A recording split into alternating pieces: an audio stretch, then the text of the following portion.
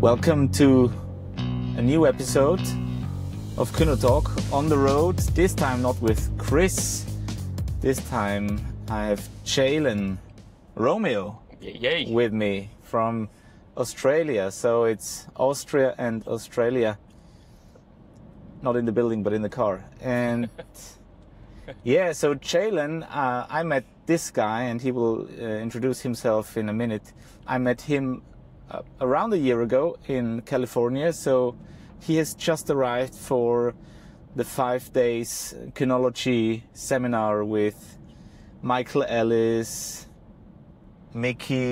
Forrest Mickey, and also Dr. Stuart Hilliard, and like legend. Michael and Stuart have already been on the podcast as well. So if this is the first episode that you're listening to, you already have at least two or three other episodes that you can tune in afterwards.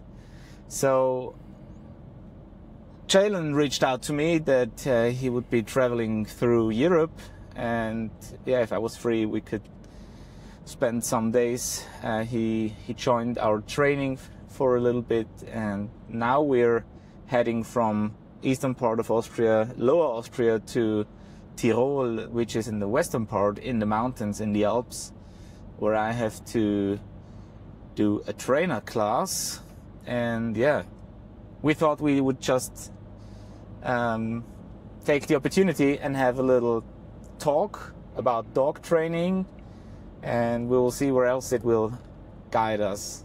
So nice that you're here. Thanks for having me. I think we had some really great days. Hell yeah. It's been so much fun, man. Yeah, maybe... Oh, wow, there's a lot of water right now. Yeah, that's high. So maybe you can introduce yourself a little bit in more detail, where you're from, what you're doing, like what are you doing dog related, and why are you traveling to Europe? Right. Okay, well, yeah, like Flo introduced me before, my name's Jalen Romeo. I'm a pet dog trainer from Townsville, North Queensland, so that's sort of the top corner of Australia where really no one goes. I've been working with pet dogs for the last 6 years. I actually started up in Canada, just working at a board and train centre there, and then moved things from there in British Columbia out to Lake Louise, where I started my own business, and then have been running that with one of my best mates back in Australia for the last 5 or so years now. So a lot of what we do there is, like I said, pet dog focused, but what I'm really passionate about is teaching people and their dogs about integrating into nature more, motivating them to get into the great outdoors, and just sort of live a little bit of the Australian dream, which I think is typically, again, being outside with your dog, being able to navigate all of these environments, whether it's the beaches or the rivers or maybe even some of the mountains, even though we don't have much. But that's what I'm really passionate about, and being able to give people the confidence to not just be a part of their dog's world, but be more of a part of the social world of other dog owners and people as well. Because I think there is, these days, a little bit too much of a practice of, as much as neutrality can be important in some contexts, I think that it's under-practiced to be able to socialize your dog properly. And that commonly involves like being able to have basic communicational skills in real world environments, and whether it's the tools or the knowledge to be able to navigate those spaces as well. So yeah, it's a bit about me. So how did you find out about Michael Ellis? Because like you're in Australia, and for sure you have like your own orbit of a dog training community, or your own bubble. So is US American dog training a big thing, or what's it like being a dog trainer in Australia? I think especially up in, again, North Queensland, it's a little bit isolating. We do have a couple trainers in the area, but I don't think it's as social as it could be. That's something that we do want to bridge the gap on a bit, but I heard about Michael a fair few years ago, actually. Like when I originally started my journey, I heard about him through actually listening to one of Tom Davis's podcasts, who was sort of the introduction to me learning about the pet dog space. And I actually met Mike for the first time when I was originally going over to Canada to go for a bit of a holiday for a couple months, just to go hiking with a buddy. And then I had some spare time at the start of the trip, and I seen that Michael was advertising for Kynology 1, and sort of just how everything lined up, I guess, was pretty perfect around the time to be able to travel down and just sort of dip my toe into the world of more of the professional industry of dogs, I guess. So I drove down from Vancouver to Santa Rosa, where Mike is, got to meet him. Also some of my other mentors there, like Jesse Knight, Tony Stokes, Natalie Morris, like just a group of great people that I feel, it gave me a feeling that I'd never felt in dog training before, which was just community. And it's, ever since being there the first time, something that I've really chased. And I think going to Kynology really opened some doors, like this one right now of getting to meet you when I went to Kynology 2. That was really fun, of just like, again, got there a few days earlier. Yeah, which was really by accident. I didn't know anything about Kynology. Yeah. And it's so much fun, I think, because like I traveled to Santa Rosa because Cameron invited me, Cameron Ford, for detection, of course, and also we did some search and rescue related topics. So I had a few rest days or days left of my stay in California, and then I realized, okay, there are more people coming. Mm-hmm. So you were early a little bit, and we just had a coffee. Yeah. In this other little town. Yeah, had some good chats. Had some what's it called? Hash gummies. Yes, that was fun. Introduced Flo to the world of the California lifestyle. Yeah. So a lot of fucking fun. We don't have the gummies in Austria. Yep. And so that was a lot of fun, yeah. So, but you're, like, as you said, you're into the pet dog training world, and now being here, you got introduced to scent detection a little more. Yeah, like here at Kynotalk, at Kynotalk, we focus pretty much on scent detection. Actually, everything covering working dogs. So we also do bite work, which is right now a little bit tricky in Austria due to new guidelines and laws. But we also do the search and rescue. Chris is diving pretty much into the hunting dog world right now with his young German Shorthair Pointer. So what are your thoughts about the detection dog training that you have covered so far? And maybe it's not a spoiler, because probably I will launch one of the 2 clips that we made before this show. But for everyone who is listening, you can check out at least 2 video clips where we do some dog training, where we're doing some detection dog training with my Malinois Cool on the scent wheel. But yeah, maybe you can give some of the impressions that you got about what we did. Oh man, I fucking loved it. Like, it's just, again, like another section of dog training that like I've had interest in, like understanding that like it's such a natural skill for the dogs as well. It's kind of like their superpower. So like seeing how you guys harness that superpower has been really enlightening. And then also some of our chats that we had when we were having some breaks in between doing like the wheel work and talking about, or when we were on the wall even, and like doing the drowned rat experiment that you were talking about, and relating that to that sort of that moment of hecticness and what that meant. And I think just continue. Yeah, and I think like the relations of some of those studies and how that applied to like what I was seeing in those moments too, when we were we were working dogs and we were seeing like the energy get that little bit hectic, and then like, you know, pulling them away, putting them into the down, and then like communicating like after putting them back to work after that small break, how that builds some of that like persistence and that ability to go back with more of a level head into the activity, to be more of a persistent hunter but also successful hunter as well. And even like we were sort of talking about when you first picked me up from Vienna and you were doing the work with trying to find some of the money and like the banknote or cash money.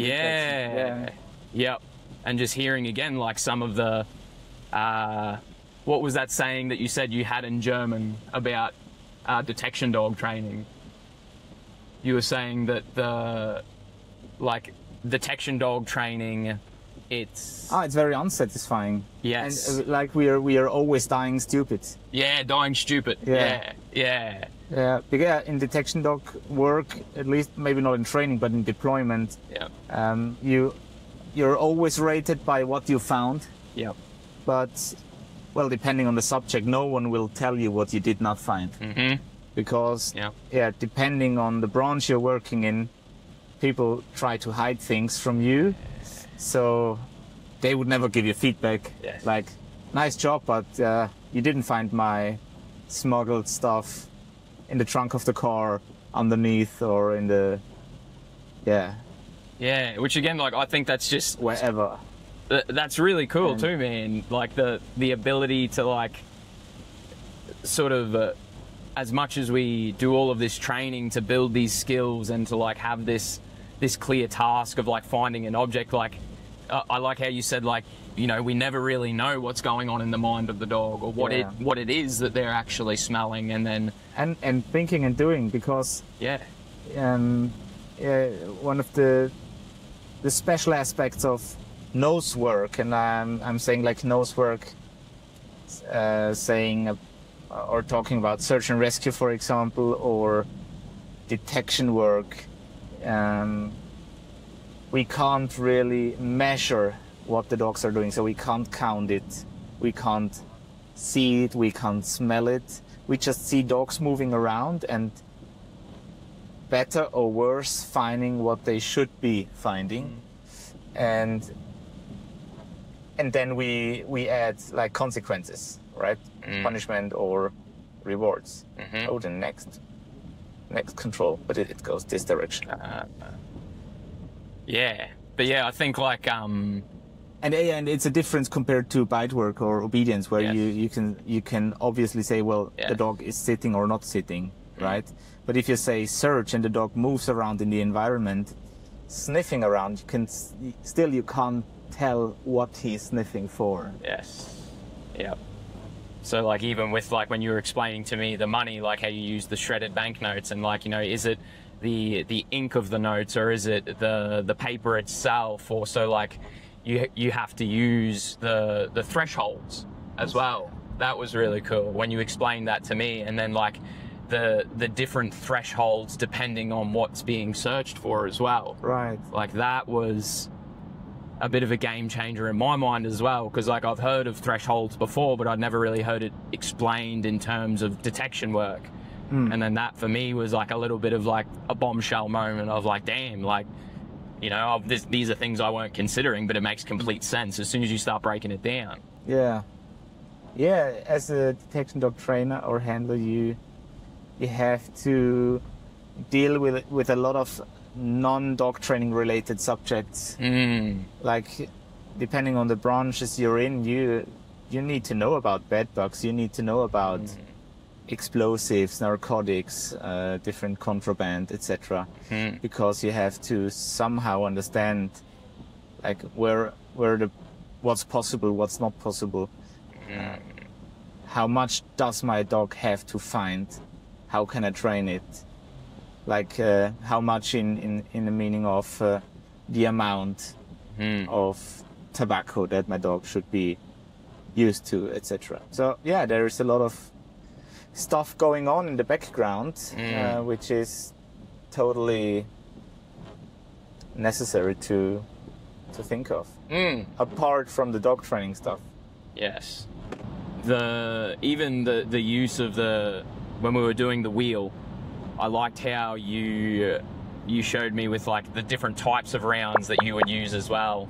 And then when like we were putting like the canisters, when we were filling them with the rounds, it was like, okay, in this canister, you know, we've got 1 round, in the next we're going to put in 6, in the next we're going to put in 3, like making that like discrimination again of like, you know, sometimes like you're searching for maybe a little, other times like it could be a lot. So like it's practicing that. And even with the Kong as well, I thought that was like, because for me, I guess, like, again, I'm trying to find in my journey in dog training as well, like there's a lot of things that you've done that have really piqued my interest with like the searching for bed bugs, or the like where you started with your dog training as well, and search and rescue. Like that stuff, again, to me just seems like so cool, because it's a world that I've never had exposure to. Like, again, it seems like a level of witchcraft almost to be able to like have these skills to teach this stuff to the dogs. And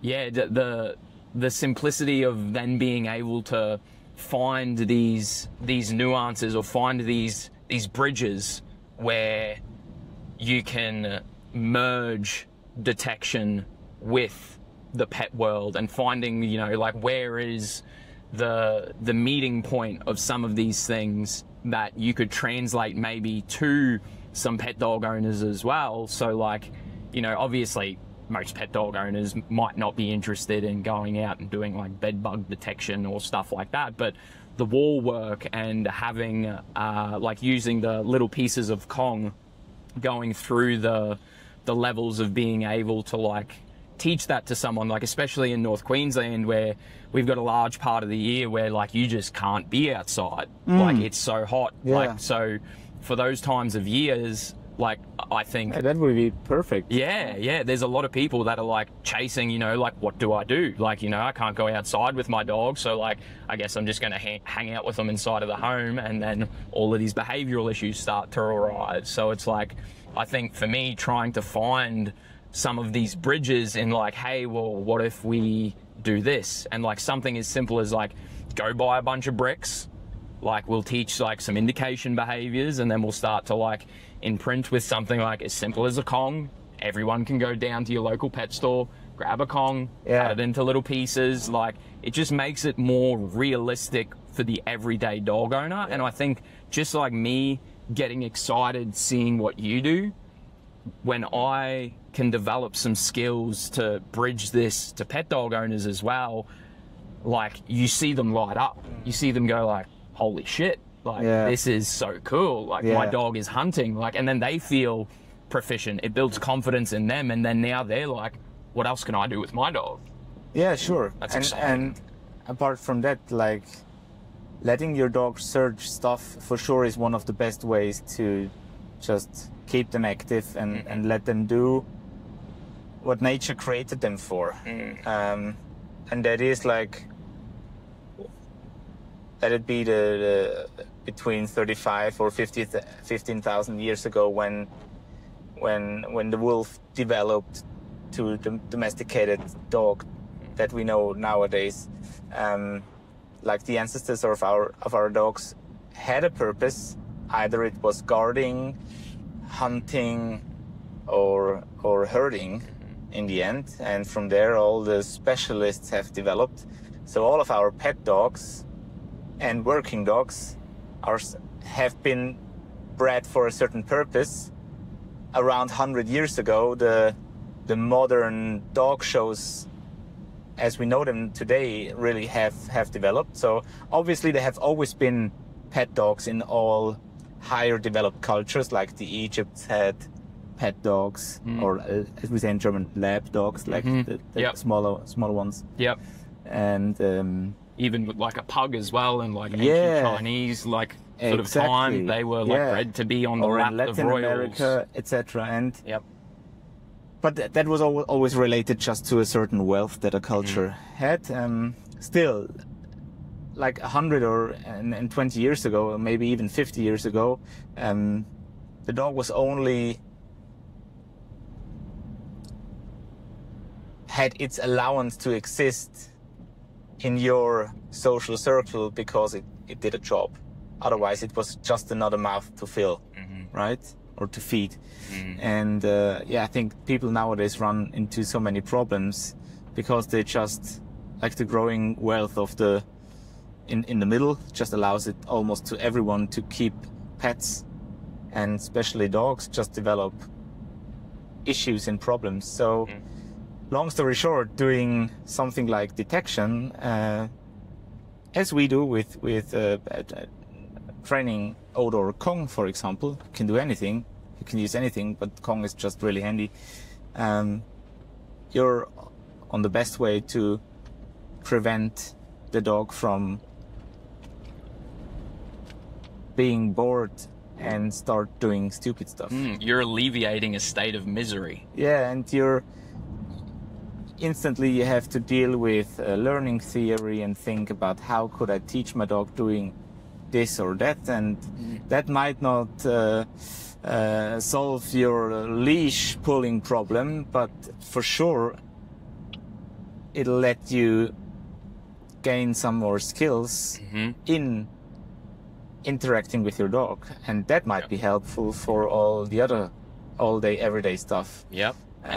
To work on and to train on. Short question: is there a duct tape? Yep. So we just duct tape it. Yeah.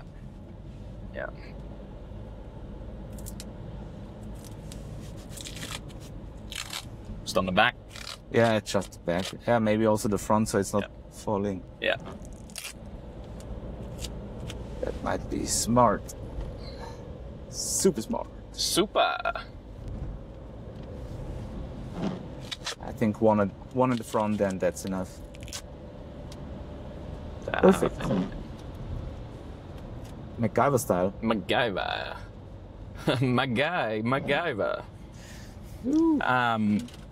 Yeah, and then like you're also like showing the dog that you're listening. Like that you're listening to who they are, like who they could be. Like, you know, the whole like thing that Ivan Balabanov says, like, make your dog somebody. Like, first you got to find who their somebody is. Like, and if you're doing nose work specifically with hunting breeds, like, as soon as you start to do some of that, they're like, holy shit, like, I was made for this. Like, it awakens this part of themselves that they've found through the medium of you. So then they develop this hope in your relationship that you're going to meet their needs. And then once you start to like cultivate that hope, then from that you can start to like grow this back and forth where it's like, hey, you get me what I need, like, what do you need? Like, that's like, eventually the dog turns back to you and then they're like, what are we doing? Yeah, it could be, yeah. Like, sure. You build some of that relationship, I feel. And like, again, I think for, like you were saying before about like, you know, some of that predatory sequence and how I really liked that about even how we were structuring our days when we were doing detection. Like, it was later in the evening, but we had in the mornings the dogs playing in the yard with each other. So they were allowed to like have these playful interactions, which allowed them to like have some of those physical needs met.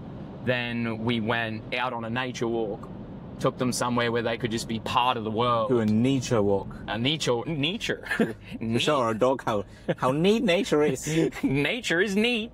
We.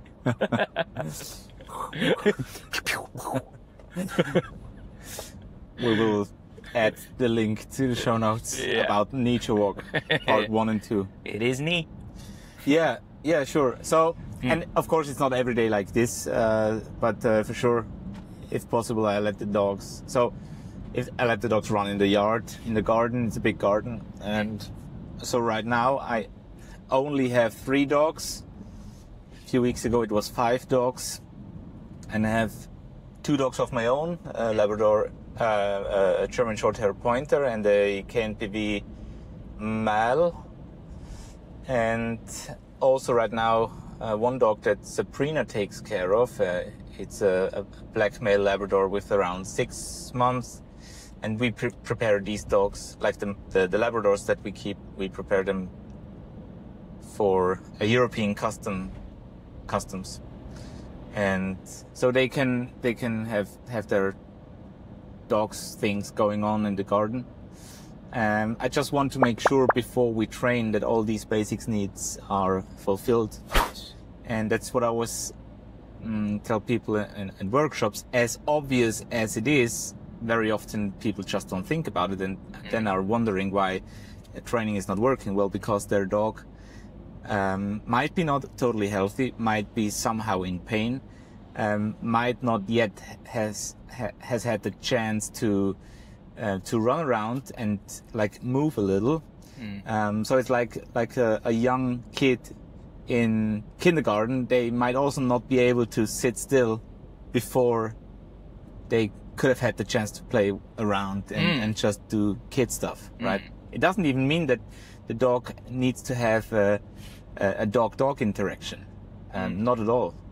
But sometimes that's handy. For example, Ignaz, my GSP, is not compatible with my Malinois Cool. So I think it's just necessary that you let them have some movement, let them have some social interaction, but it doesn't have to be dog-dog related. Dogs prefer us towards dogs, so that's what's making a domestic dog a dog, you know. So I also understand people who don't let their dogs play with each other, because there's also a certain risk that a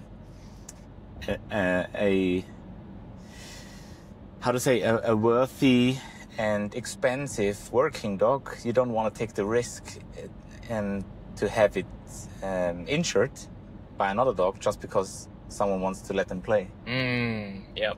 It's a very it's very thoughtless of the animals themselves, and it's more about the humans. It's more about but I like when dogs play. Yeah. Rather than it being about, are these dogs a good match to play with each other? Do they match each other's play styles? Yeah. Are they at an age where like they're suitable for each other? But for sure there are different thoughts in, like, since you do pet dogs, and pet dog owners love to see their dogs play. Yep. So you somehow need to get into this topic and also please your customers. And that's totally different with us. So no one would ask if the dogs could play before or after the training, right? Here and there, sometimes there is someone who asks, well, how is your male interacting with female dogs? Okay, yeah, just join us for a walk in the woods or something. But that's really nothing we focus on. So actually, I also see a lack of knowledge, and sometimes even working dog handlers being a little bit too much of how to say in English, umbrella mummies or helicopter. Yeah, helicopter parents. Yeah. Yep. About their dogs, because they made them socially disabled. Because they never really let their dogs make a mistake, interact with others. So of course they build problems later on, but it's a whole other story. Yeah.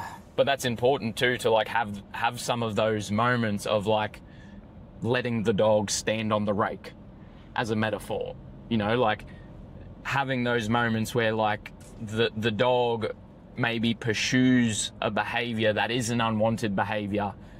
You've set this thing up so that you can have good timing to let them know that like that is not a good decision to make, and the dog doesn't know that unless they do the thing, so they have to know. In what sense, or give me an example?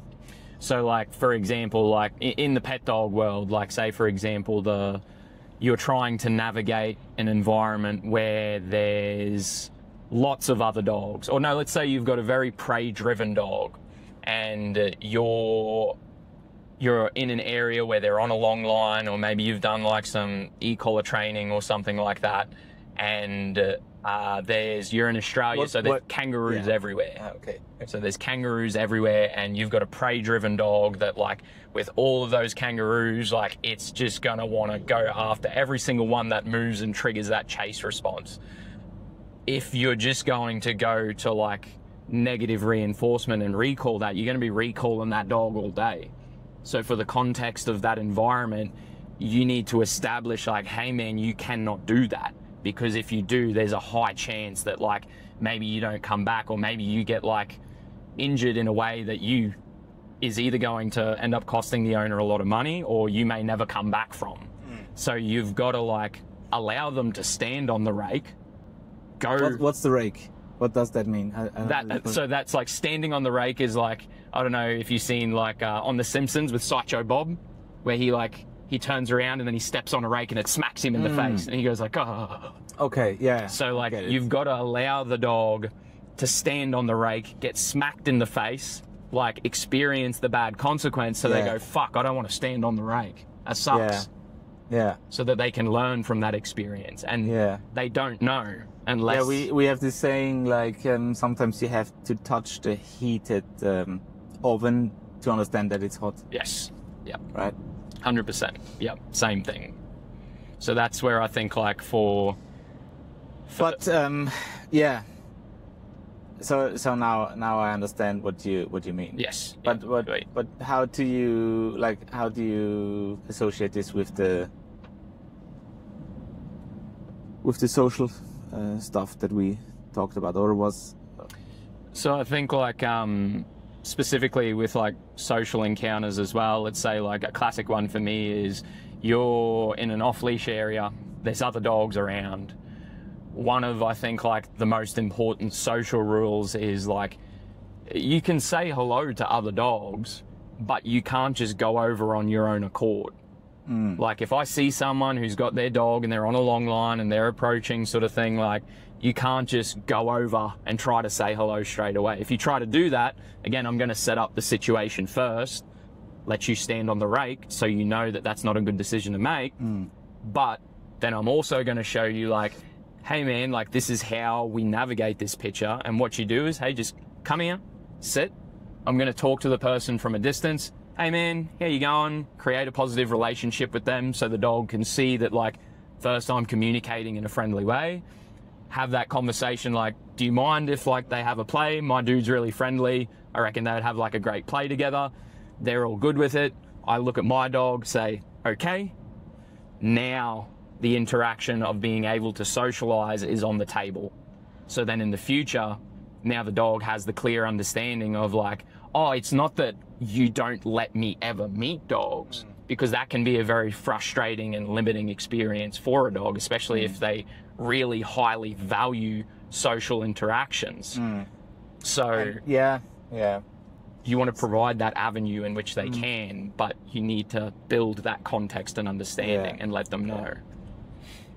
So, talking about dogs in general, like, I have an easy situation because I always have at least 2 dogs most of the time, 4 or even 5 dogs. So, and they're not a pack, because a pack is an inner-familiar structure. So it's just a social community with different dogs from different breeds, from different families, but still they somehow are able to live together. It's like in a prison, right? So it's not a family in the prison, but people are coming from different places and somehow are able to live together, not rating about, like, how hard it is to stay on top, or and actually, like for dogs, it's not normal. Like, imagine 50 years ago, no one would have traveled 50 years ago from Austria to Sweden for some dog training, meet some other dogs there and let their dogs play. So I think dogs actually genetically are not programmed for constantly meeting other dogs in an open terrain, in an area where they have not been before. And actually, they're also territorial animals, so actually they're not programmed for just accepting other rivals, potential rivals in their territory. So it's somehow still possible that this somehow works in a harmonic way. But like, I would, and this again, maybe a different point of view in the working dog world. I know the guy waving to me and saying, well, do they want to play or something? But I would never accept, because I would never want my dog to get hurt just because of this overfed, distance-less pet Labrador. Yes. Yeah. Right? Yep. And on the other hand, I don't want to pay for their vet costs because my dog just beats the shit out of him. So Ignatz looks nice, but I always say he is not nice. That's why he's wearing a muzzle. So there, it's interesting on how different we have to think of talking about our dogs or about our clients. And I think that too it's powerful as well, and it's important to practice in the pet dog world as well. Like, we don't say hello to everyone. Like, as much as like we set up that practice, like, I think an important thing that sort of like maybe takes owners a little bit of time to develop, and it's something that, like, you know, I really try to communicate through some of our private sessions together as well, is like, you know, developing an eye for, you know, what dog might be a good fit and what dog may not. And then even sometimes when that dog may be a good fit, it's also important to practice like, nah, man, like, we don't go over and say hi to that person. Like, it's not a constant. It's not something that's always on the table, because then that's also a reward, getting to meet every dog. And then if we start to take that off the table, then now that feels to the dog very punishing in that moment. So the more that we can practice a variability of providing this interaction, even in the times where interaction may seem like the right thing to do, and even if the person that we run into insists that it's the right thing to do, like, it's important for us as owners to also practice like saying no. Exactly. Because some people can be so, again, like a bit of a pushover when people say like, oh, and they'll be like, oh, okay. And they'll just sort of give in that moment. And it's like, no, I want you to also practice being resilient too. Exactly. Yeah, sure. So you have also prepared some. Yes. So we got a little lost there, but that's what the podcast is about. Couple side quests. Exactly. Yeah. A couple of side quests.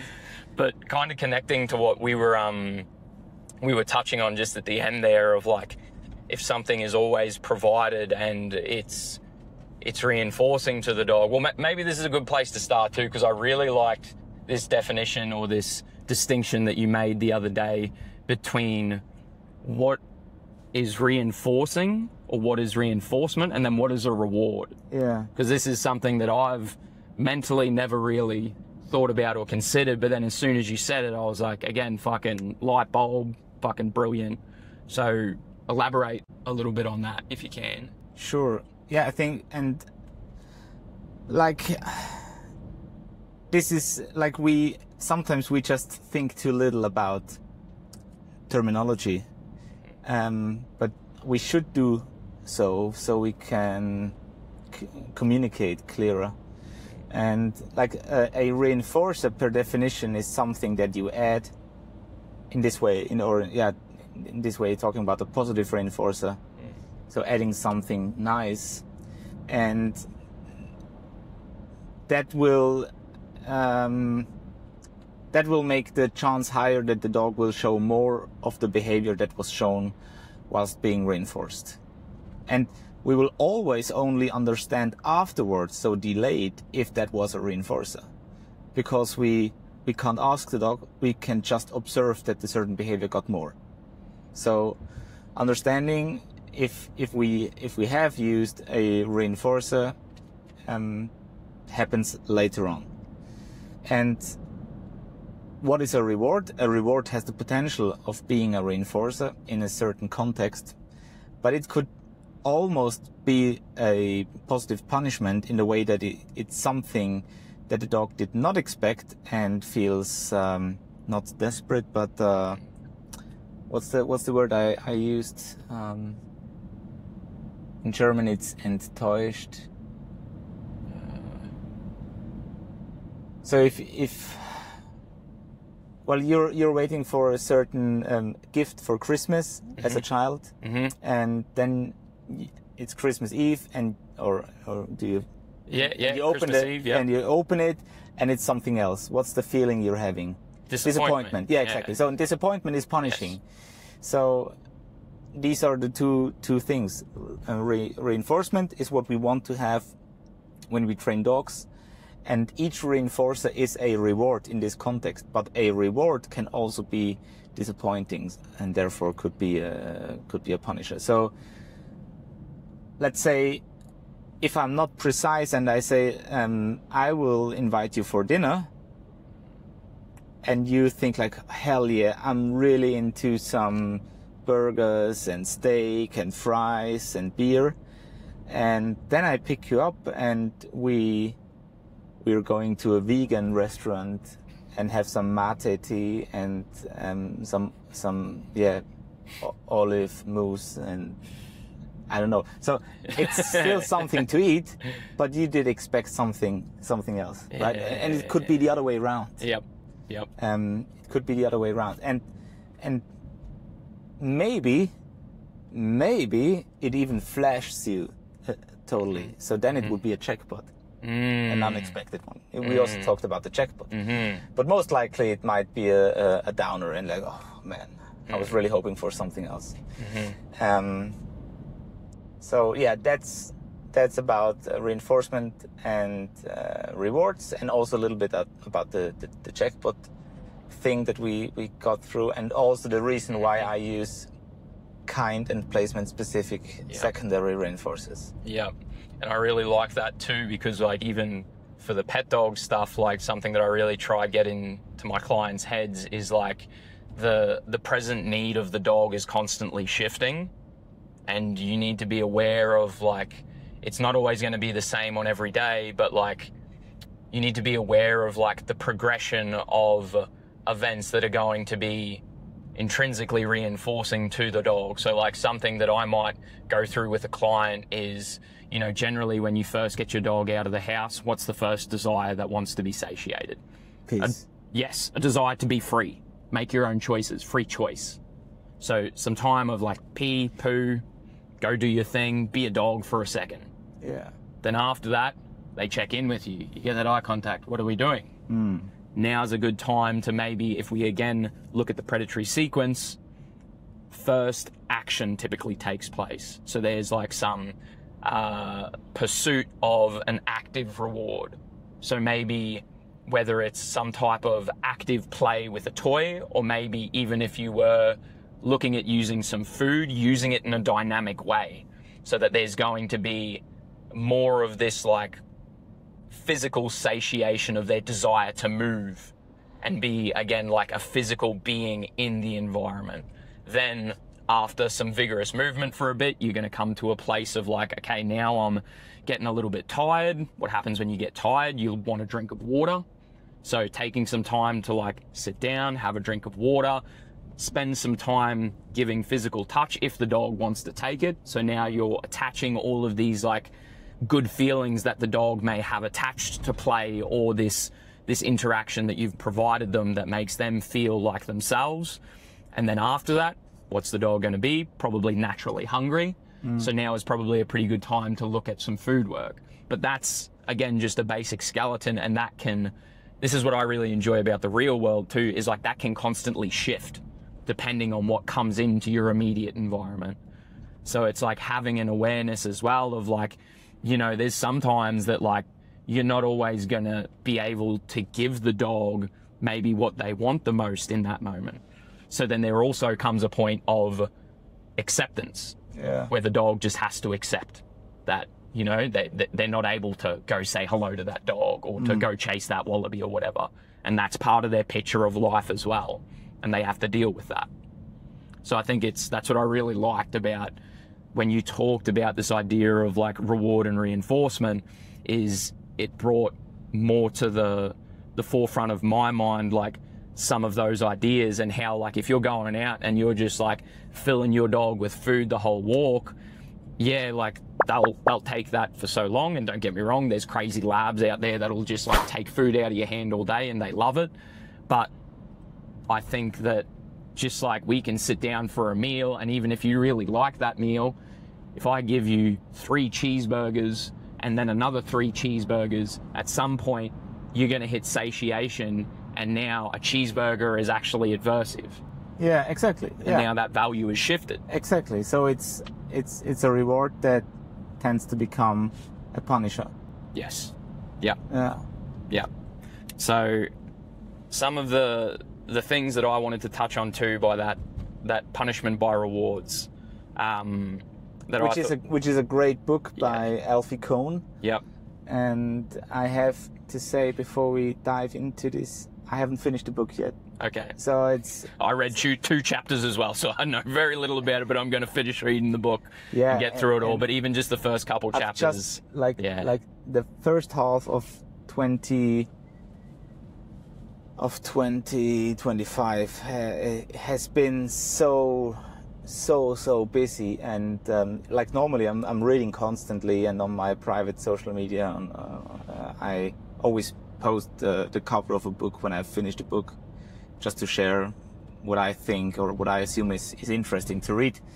And I haven't done that like in half a year. I haven't finished a book in the past half year because we were just so busy with workshops and trainer classes and handler classes and so on.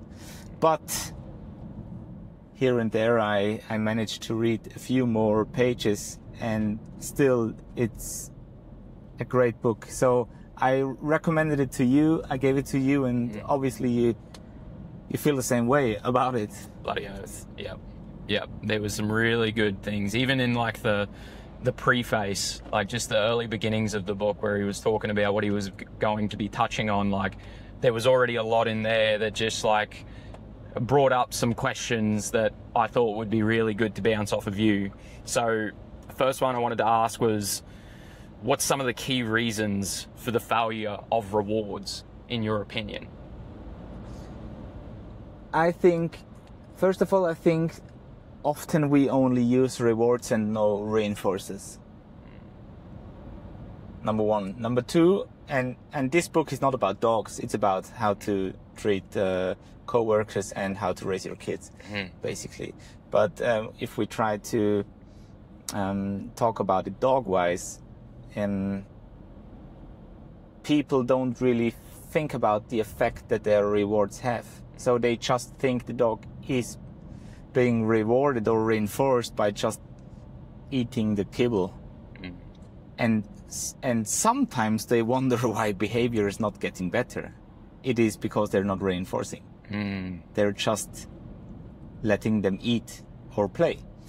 So I think that the problem with rewards is that people have an idea of what a reward or actually a reinforcer is. And they just think because it says dog goodies, it has to work like a reward. So they don't think about it critically. Yeah. Like in general, our community is not thinking critically. Yeah. Right. Yeah. Everyone's just looking for a recommendation. Quick solutions. Yes. Yep. Someone to tell them how to do it, so that they can just, okay, I do that without having that understanding. And the last point, like I'm not prepared. Yeah. But the last point that comes to my mind is that our community thinks that there is a positive only way, and that way is throughout giving treats. And it would be really nice, because none of us like to punish, but it's just not possible. And I have, like, my trainer career started in this soft and fluffy would like to have positive only world. Yeah. Right? What did you call it again? A cotton ball thrower. Yeah. So the funny thing that I think of when I hear about the positive only ways is when people say they train positive only, I'm like, what? You only use positive punishment? Oh, that's weird. That's really crazy. You animal. Yeah. How dare you? How dare you? Yeah. So even there, these people don't even thinking of 4 quadrants and multiple possibilities. And it's a quadrant is not black or white, right? There's so many nuances and thresholds. Yeah. But yeah, that's my answer to the first question. I like that. So what about with praise? So like, praise is obviously, that's something that can also be viewed as valuable to the dog. So my question about it is, do you have any criticisms about praise as a reward? Yeah, again, I think people overrate praise. I think praise, of course, praise needs to be, for sure there is some kind of, how to say in English, in German it would be Stimmungsübertragung. So, like if I feel good and I say, good boy to my dog, that he might feel good because I feel good and I just say it out loud, right? So it's like being in a flow together. And but I really like, in talking about training dogs, this is nothing useful for me to work a dog, and praise needs to be conditioned, so the dog needs to know what a good boy means. In the end, it's just like a bridge for me, like a keep going cue. Yeah. And well, in what sense are you talking about praise? Is it like, yeah? Like, well, for example, too, like, you know, some people may like just be very verbal with the dog and like very like I think that's useless. verbal. Yeah, I can't very stand it. Yeah, right. And too much of this. Yeah. Well, it can sometimes be necessary. Yeah, for sure. Right? To be a little cheerleader for your dog. Yeah. I like to, and you've seen me working cool, and you saw Ignaz, etc. And I try to reduce all the cues that I give to my dogs, and like when I say something, they're way more attached to me and focused and interested in what I say, because I'm just not non-stop talking to them. So there's actually, I want them to shut down all this environmental sound, like the lobby music, as I say. Yeah. And because people who are constantly talking to their dogs, they're like building a conditioned irrelevance in themselves. So they just teach their dog, well, this is like a lobby music or an elevator music.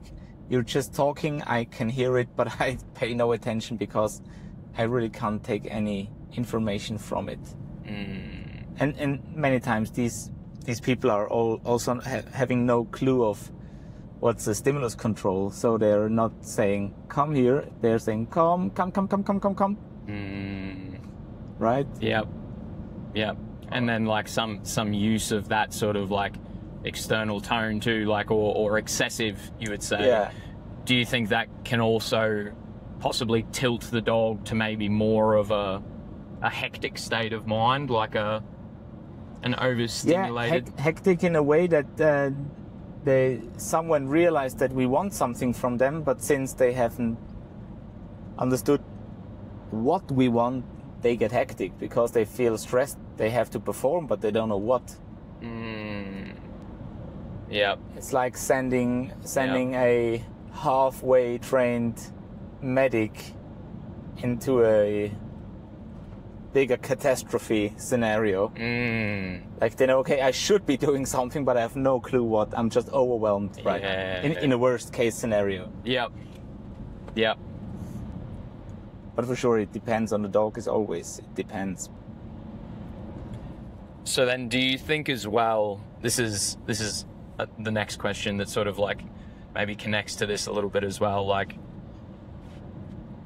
do you think that rewards can also affect creativity for the dog, and what's some of the alternatives to extrinsic rewards?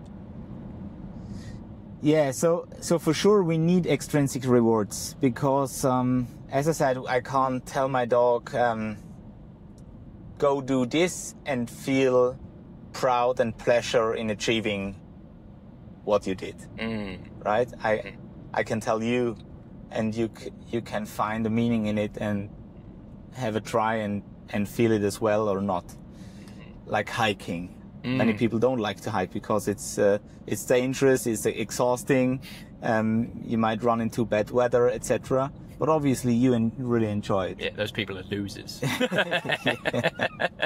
And so at some point we need these extrinsic motivators to create certain behavior, and that's where the variable reinforcement comes in play.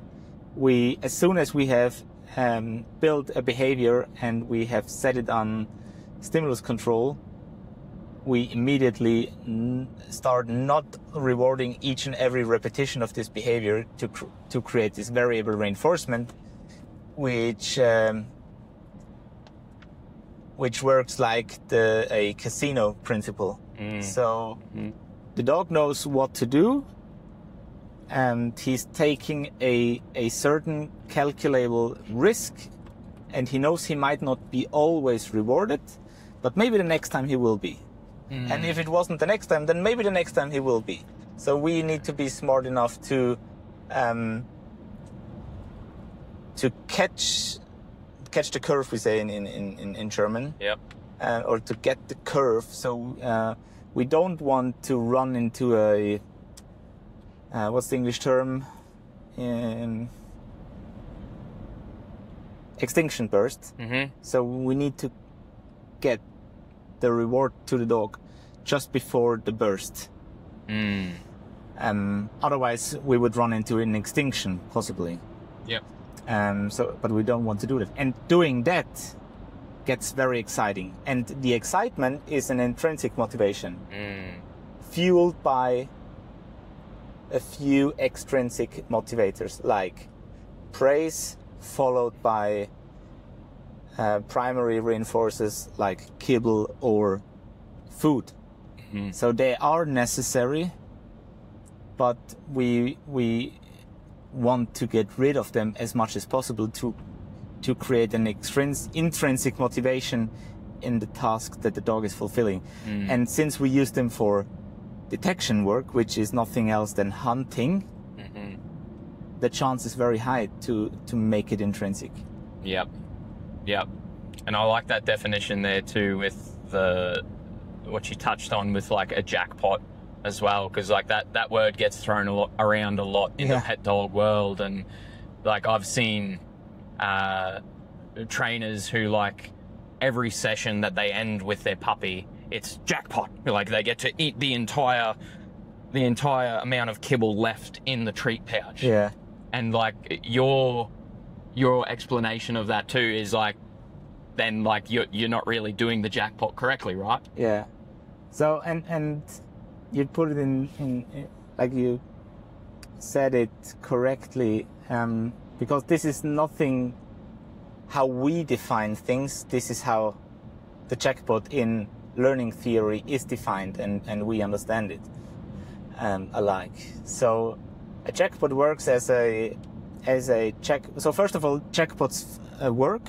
So you can gain better performance throughout jackpots, but only if they really happen rarely.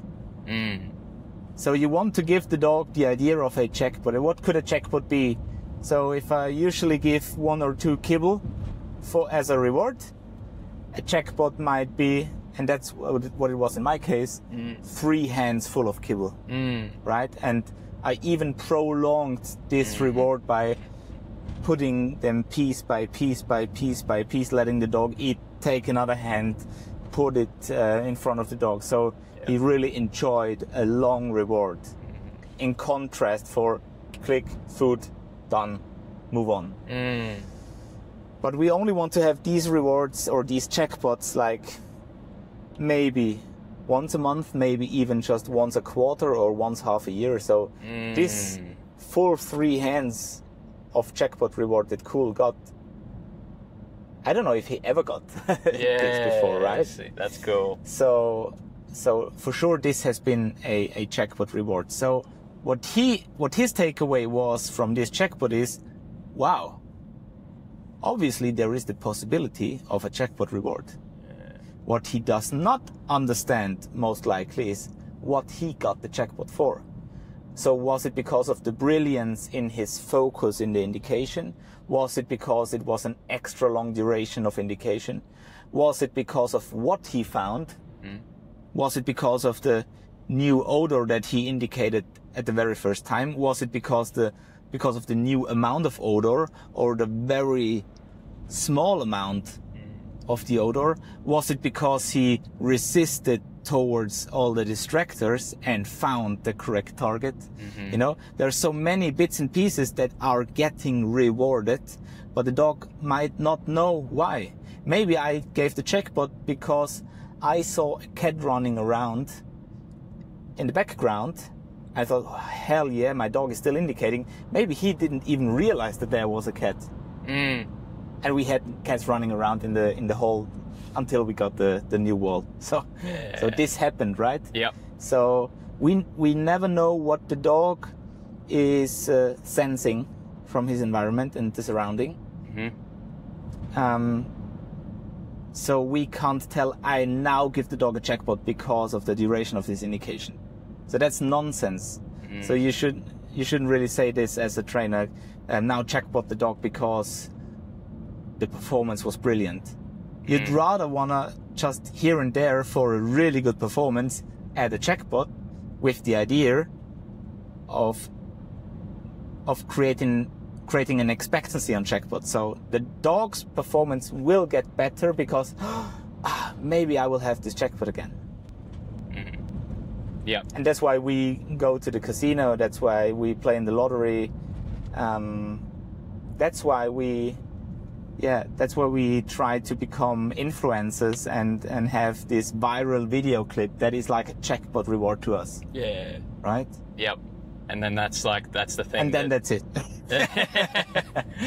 But then still you try to launch video clips because you've had this one jackpot and you see it is possible. Yep. Right? Yep. And we're working so simple. So this is not about only dogs. This, of course, all this comes from human psychology. And it works pretty much one-to-one on how animals work. Yep. Yep. And I like that there's that connection too. Like there's that bridge between like the animal world and the human world as well. That sort of like gives you not just an understanding of like the dog, but also a bit of an understanding of the self as well.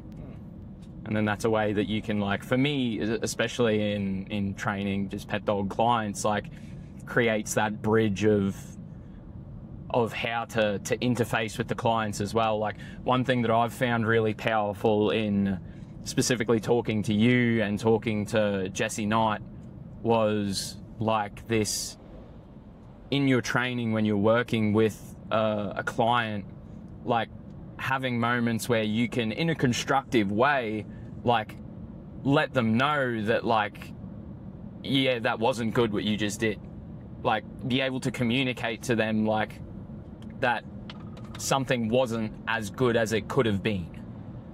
And I think that that's something, especially for a lot of pet dog trainers, that like, you know, they try to be nice and they try to be understanding of the individual, and it's important to do that, but there's also like constructive ways of, I think you were saying to me, like, and I may like butcher this explanation, but correct me if I'm wrong, like that you can ask someone like, did that feel good? Like if they just do a rep of a certain behavior, like, did that feel good to you?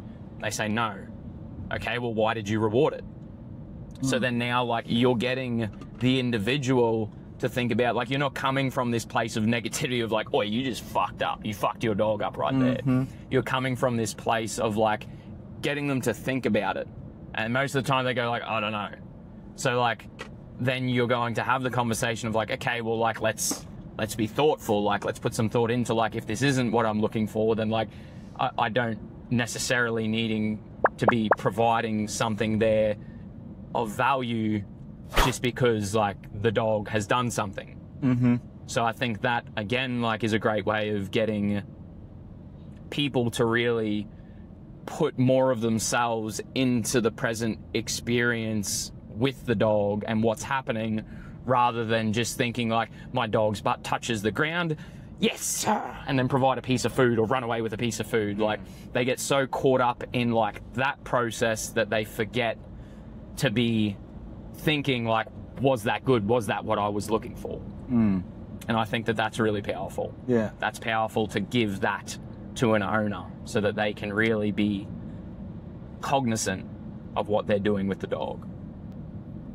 Yeah. So I think I had one last question, and we may have already covered this, but I'll say it anyway. So what's some real world examples where the more rewards are used, the more are seemed to be needed? So like, we've talked a lot about like, again, if we're constantly rewarding and we stay on this continuous reinforcement schedule, that we can then get to this place where like, you know, when we maybe don't provide this thing that we have, that we get like this, where's my fucking money? When you don't provide that good thing. So what's like in the detection world for you? What's some real world examples that you would see? So first of all, and maybe then you have to ask me again this question, but first of all, I want to say that we should only use a continued reinforcement plan when we are building behavior. So as soon as we have behavior under stimulus control, we should go to a partial or a variable reinforcement schedule, where we differ between ratio and interval. So ratio meaning the repetition is being shown, and interval meaning the time that has passed. And even there we can be continuously rewarding, like after every 30 seconds. If you want to train a sit and stay, you might forget to prolong the gaps between rewards. And the ratio meaning like you're healing your dog and you always reward after 12 steps. And we all have this inner pattern, like we don't even have to check the watch or the time. We have this inner clock that tells us reward. He's sitting long enough. You're walking long enough, right? So we really have to train this and force ourselves to get rid of this. Get rid of being, what's the English term? Foreseeable. Like the dog can foresee what will come. To predict. Yeah, predictable. Yeah, that's what I said. So the only thing, and this said a guy in a German podcast that I'm listening to, the only thing predictable is the unpredictable. Right? Yep. And this is what our dogs should expect from us. Expect the unexpected. Yeah, expect the unexpected. There will be a reward, you just don't know when. So what was the question again? So what's some real world examples where the more rewards are used, the more are seemed to be needed? And by real world, I mean like in the real world of detection dog work. So I think like a reward is not just, a dog will feel rewarded when it finds, right? So a find is the new cue to perform a behavior. And we also talked about Robert Zaborski's book, Behave.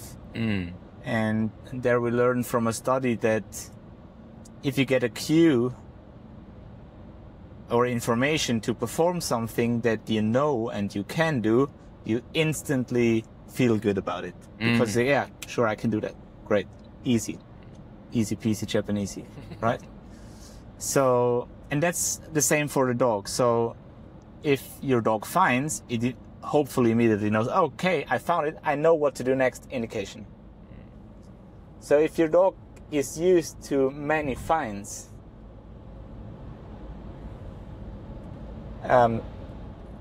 it will need, like if you train a bomb dog and you train with too many finds and then you go out on a deployment and you most likely find nothing, that would be a big problem. So if you keep training with many finds, probably your dog needs more finds in on short term.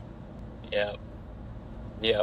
But actually you want to train the other way around, so you want to expand the time between finds. Because if you want to be realistic and fair to your dog, you want to create the expectancy of, actually, as a bomb dog, you probably will never find anything in your whole career. Like if talking of a police dog in the country. Rather than a narcotics dog that might find in every second day of work. Because the chance of finding some narcotics is just quite high, because every teenager runs around with some weed or I don't know what. Yeah. Right? So so then is that... I don't know if that was a correct answer. Yeah. No, like, well, what that made me think about, so like when we were training on the wheel and, you know, we were using our randomizer and we had 12 positions on the wheel, but our randomizer, we would count up to 24 with the intention of any number over 12 would therefore be blind. A blank search. A blank, sorry. Yeah. So then that's also like sort of working on what that is there. Yeah. And that can sometimes be very frustrating in the beginning because, of course, we train our dogs to find.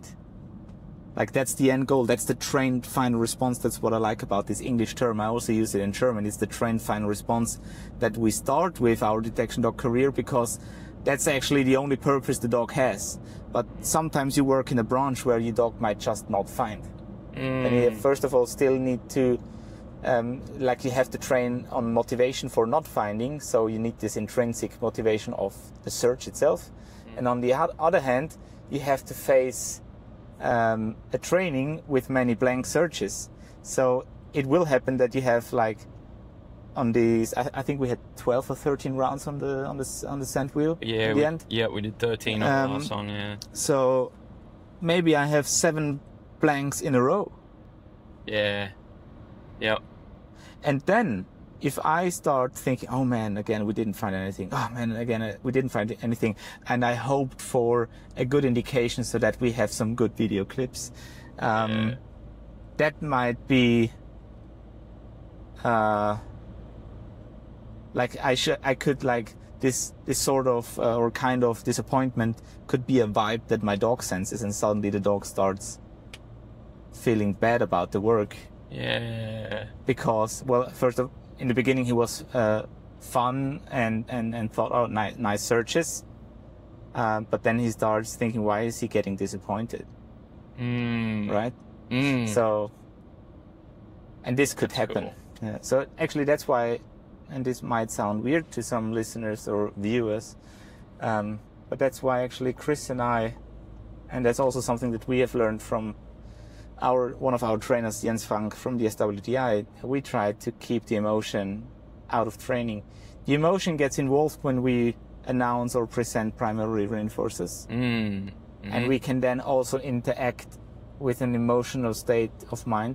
But actually during training we just do your work. If it's correct, great. Yep. If not a problem. I try to figure out how we can improve. But if you get too emotional as a handler, this will have a big effect on your dog. And if your dog is used to an unemotional handler, then they might also be more resistant to emotional days. Like if you get up with the wrong leg and just everything sucks on this day, then your dog is still used to okay, nose work is my competency. You just stay there, hold the leash, I will do the rest. So they're not that effective by an emotional handler, and that's another very important approach of ours, I think. Yeah. Keep out the emotion. Yeah, and then like knowing the right moments. Yeah. When to truly show your dog. Yes, that was great. Maybe combined with a jackpot. Yes. Yep. And I like that too, because like there's some connections there with pet dog training as well. Like, you know, being able to like, you know, in those moments, be able to show that like that positive emotion towards like something that's happened that's like, you know, you're really impressed by or whatever, like, but it's not something that's a constant. But then even for sometimes the opposite direction as well, like where there's certain things that you don't want the dog to do, and perhaps there's something that you don't want them to do that's of like, for example, like dog goes to run onto a busy road. Like that's something where maybe like meeting them with, or like they try to like go after another dog. Like maybe that's something where like meeting them with like the powerful negative emotion can also like, if you've done the work and like, you know, you're not just screaming at your dog all the time, but like you've done the work to show them that like, you know, you're balanced, you're kind, like you're all the things that like a good leader is. But then in the same moment, like a good leader will also tell you when like, hey man, like, you know, like what the fuck was that? Like, and you'll feel that too. If you've got a good relationship with that individual, you go like, oh shit, like I don't, you know, I value this relationship, like same team, man. Like I didn't mean to do that. I'm sorry, I will improve for the future. Yeah, probably, yeah. Yeah, no, I find value in that for sure. But it's very context driven, and it doesn't mean like, and I think this is another important thing to communicate to owners as well, is like, you know, when it goes to the use of maybe some positive punishment, that it's not just this one level thing. Yeah. It's like the punishment fits the crime. So you've got to have an idea of like what a small infraction looks like compared to something of greater value that could possibly lead to the detriment of your dog or another. Yeah. Cool. Yeah, the punishment fits the crime, but also like same goes for the reward. Like, yes. I say expensive behavior earns expensive rewards. Yes. But sometimes the behavior is really cheap and you don't have to reward. Right? Yep. And I think that was like another powerful thing that I seen on the wheel as well, was just the variance in where reward happened. Yeah. And how it happened, and having those like discriminative cues to signal those things as well. Yeah, that was cool. That was really cool. But yeah, that's all my questions, man. That's great. That's everything. That was awesome. Yeah, we had around 80 minutes of a chat now, which is great. We have reached Tirol. It's beautiful.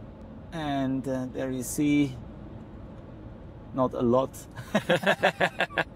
But yeah. So actually I have a final question for you, and you don't know that because shit, you're an ignorant Australian who hasn't yet listened to my podcast, not knowing that he's the third Australian on the show, because fuck, I've already had Pat Stewart and Glenn Cook actually on the show. Yeah. No, I'm kidding. But I like to ask my guest a question for the next guest, not knowing who it will be. And my last guest was Dr. Richard Naylor from the UK, and I told you about him. He's this researcher about bed bugs, etc. That was interesting. Yeah. So well, his question was like, what are... So I don't have notes now, and so I tried to recreate it from my memory. But his question was something like, how did you build a successful business? And like successful in the individual way that you rate success, like you know what I mean? Yeah. So how did you do that, and what is it to you?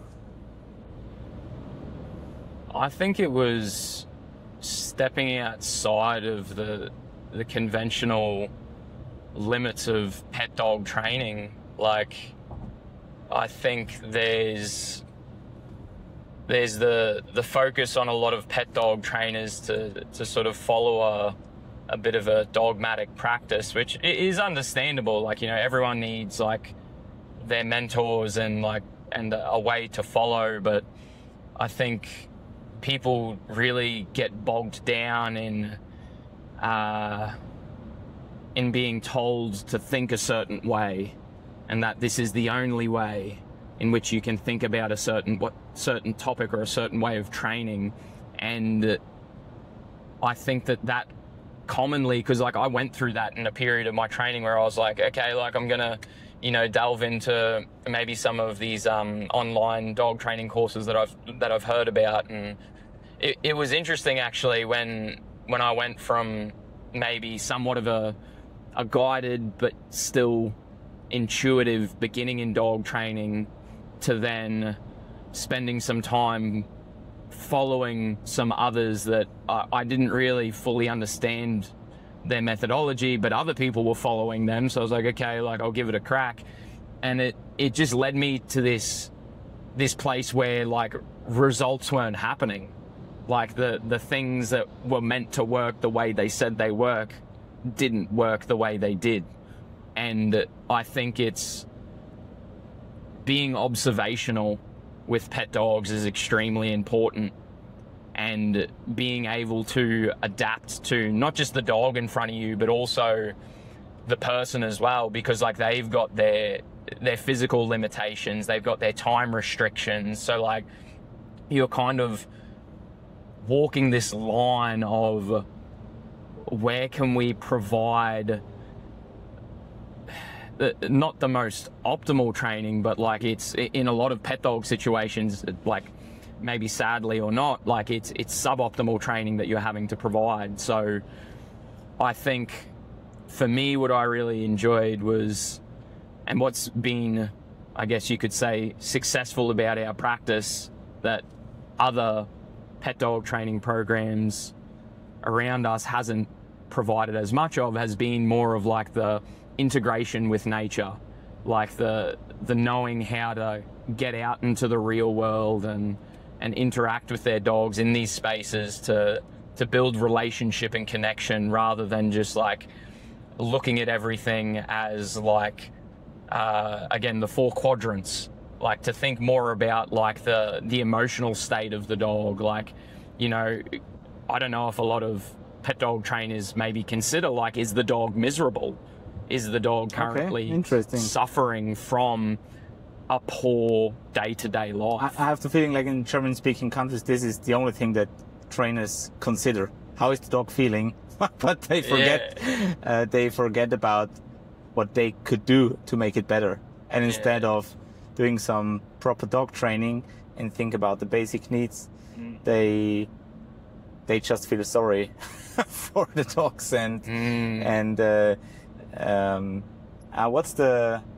what's her name? We met her in California as well. She's a German. Dr. Melanie Ude. Yeah, I've also had her on the show. Yeah, she's awesome. And like I talked to her about this. I think like vets just start to medicate dogs. Yeah. Right. Yeah. Instead of thinking of what are the basic needs. Yes. What's a dog's purpose actually, and how can we train it? So that makes sense. That makes sense. Yeah. And what I also think is pretty cool what you're doing, obviously, is you're doing your trainings, you're having the boarding train, you're having one-to-one sessions, you take the dogs for training walks, etc., with or without the owners. And also you just save up some money to then travel for months around the world. Like you managed to do that, and I think that's very successful, obviously, that you that you can afford this, and you have managed to schedule and take care of your lifestyle so that you can still do all the things that apart from dog training fulfill you. So I have a lot of respect for that. Thanks. Even though I think there in some parts we are very different. Right? Which is very interesting, because I think these things, rather than they push themselves away, they this can connect, and this harmonizes very well. It's like plus and minus it's not that much of difference, but you know what I mean. So I have a lot of respect for that, and for sure, I would say that's pretty successful, being able to travel around the world, meeting guys like Michael Ellis and all these other trainers, these Hall of Famers, as I call them. Well, and it's all from, like, you know, just like with dogs too, like you've got to at some point put yourself into discomfort.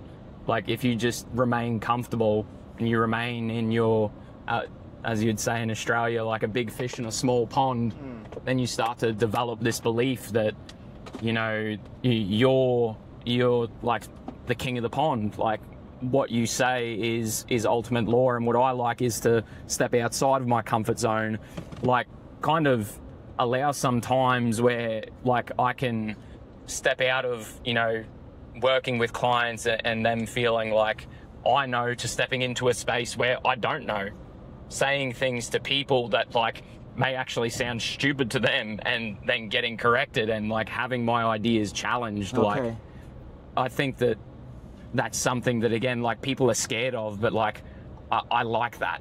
I like going back to being the learner, and I like being uncomfortable, and like sort of this life is a video game, sort of like we were talking about earlier, like knowing how to explore the map and find all of these side quests that are then going to lead to this ultimate goal of me continuing to be able to be passionate about what I do. And I think that's what people really feel in my work, is like when I get into it, like I'm fucking excited about it, like I'm passionate about it, and like that passion comes from like going out and being in discomfort and knowing that I don't know. And this is something that I've learned from one of my trainers, like always stay curious, keep asking questions, and never be afraid to fail. So having that said, we have to get to an end now, because the camera is overheating. It cannot be charged anymore. So before we get a blackout on our camera device, thanks for taking the time. Thanks for stopping by in Austria. Thanks for having me, man. This has been amazing. Hope you guys enjoyed the podcast, and also check out our training clips that we made. I will put Jaylen's links for social media to the show notes. And like, share, subscribe. Let us know what you think about this episode. Let us know what you think about the show.